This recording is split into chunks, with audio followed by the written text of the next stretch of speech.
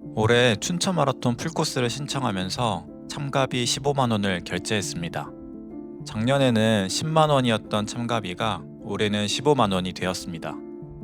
JTBC 서울 마라톤도 똑같습니다. 작년 10만 원, 올해 15만 원. 1년 만에 50%가 올랐습니다.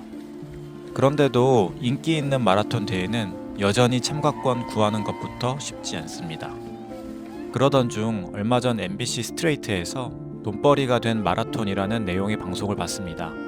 참가비 인상부터 고가의 제품과 참가권을 묶은 패키지, 도로 통제와 지자체 지원 같은 문제까지 다루고 있었습니다.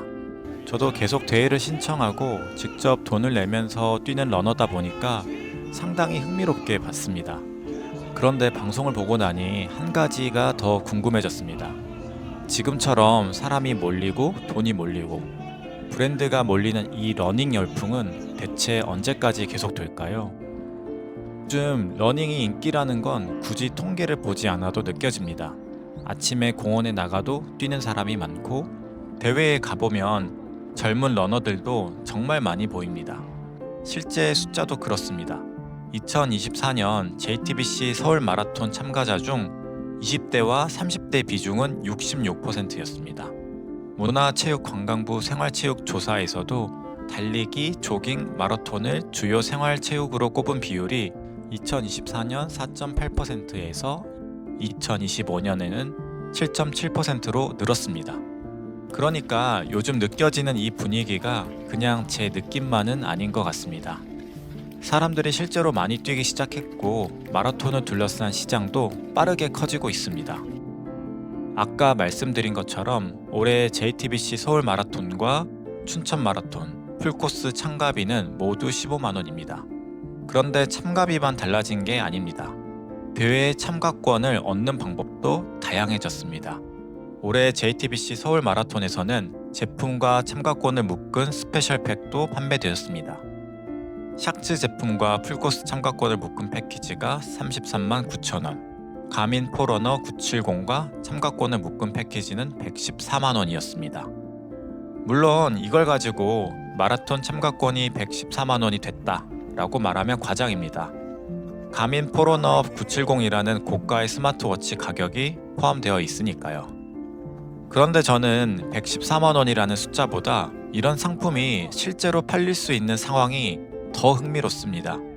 예전에는 그냥 신청해서 참가했던 마라톤의 참가권이 이제는 다른 상품을 판매하는데도 활용될 만큼 가치가 커진 겁니다. 그만큼 인기 대회 참가권을 원하는 사람이 많다는 얘기겠죠. 그런데 한 가지는 조금 구분해서 볼 필요가 있다고 생각합니다. 마라톤 대회로 돈을 버는 것 자체가 문제일까요?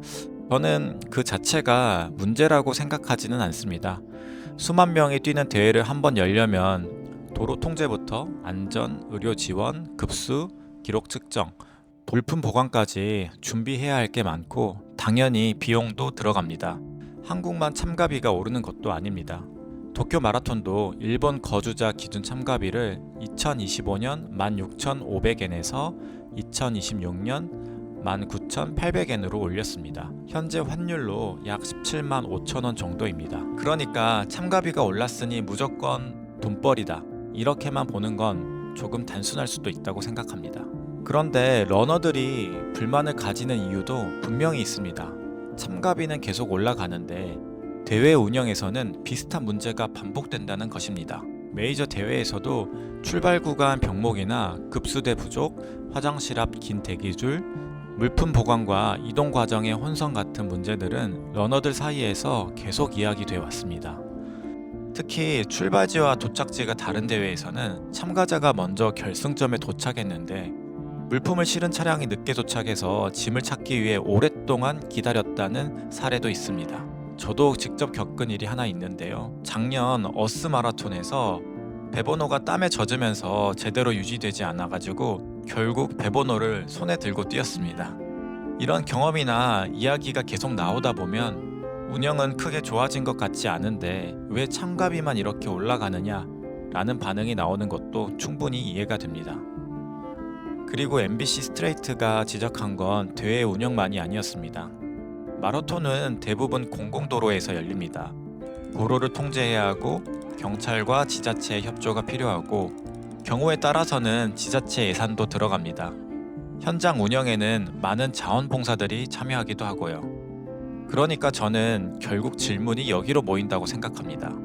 참가비가 오르는 만큼 대회가 그에 맞는 운영과 책임을 보여주고 있는가? 급수는 충분한지, 출발 구간, 병목은 제대로 관리되는지, 화장실과 물품 보관은 불편하지 않은지, 배번호와 같은 기본적인 물품도 날씨 상황에서 문제가 없도록 준비되어 있는지, 안전 관리는 제대로 되어 있는지. 저는 지금 국내 대회 운영 수준이 참가비 인상만큼 좋아졌다고도 반대로 전혀 좋아지지 않았다고도 단정하고 싶지는 않습니다. 하지만 한 가지 분명한 건 있습니다. 가격이 올라갈수록 러너가 기대하는 기준도 높아질 수밖에 없습니다. 그리고 공공도로와 공공의 협조를 이용하는 대회라면 참가한 러너뿐 아니라 그 도로를 함께 사용하는 시민들도 납득할 수 있는 운영이 점점 중요해질 것입니다. 저도 올해 춘천 마라톤을 신청했습니다. 참가비가 15만 원이라고 해서 안 뛰지는 않았습니다. 지금도 그 대회를 목표로 매주 장거리 훈련을 하고 있고요. 그러고 보면 저 역시 지금의 마라톤 시장을 만든 소비자 중 한 명입니다.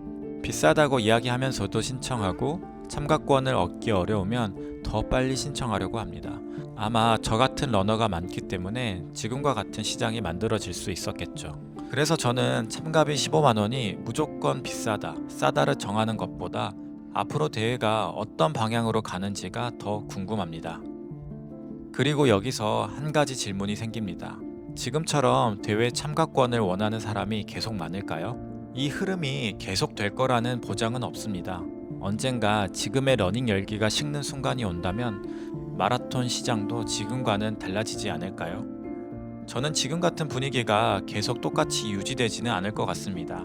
인기 대회 접수가 순식간에 끝나고 새로운 러닝 브랜드가 계속 등장하고 SNS를 열면 러닝 콘텐츠가 넘쳐나는 지금의 과열된 분위기는 언젠가는 조금 가라앉을 수 있다고 생각합니다. 그런데 여기서 저는 두 가지를 구분하고 싶습니다. 러닝 붐이 끝나는 것과 사람들이 달리기를 그만두는 건 같은 이야기가 아닙니다. 러닝은 시작하기가 굉장히 쉽습니다. 시설을 예약하지 않아도 되고 누군가와 시간을 맞추지 않아도 됩니다. 집에서 러닝화 신고 나가면 그냥 뛸 수가 있습니다. 처음에는 건강 달리기 때문에 시작했다가 5km 기록에 욕심이 생길 수도 있고 대회 한번 나갔다가 하프나 풀코스까지 도전하게 될 수도 있습니다. 반대로 기록에는 별 관심 없이 일주일에 몇 번 편하게 뛰는 사람도 있겠죠.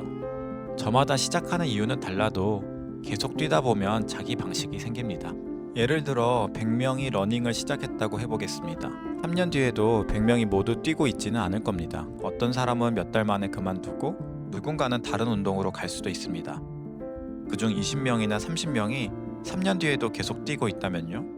그 사람들에게 러닝은 더 이상 유행이 아닙니다. 그냥 평소에 하는 운동이 된 겁니다. 저는 이게 지금의 러닝 붐을 볼 때 가장 재미있는 부분이라고 생각합니다.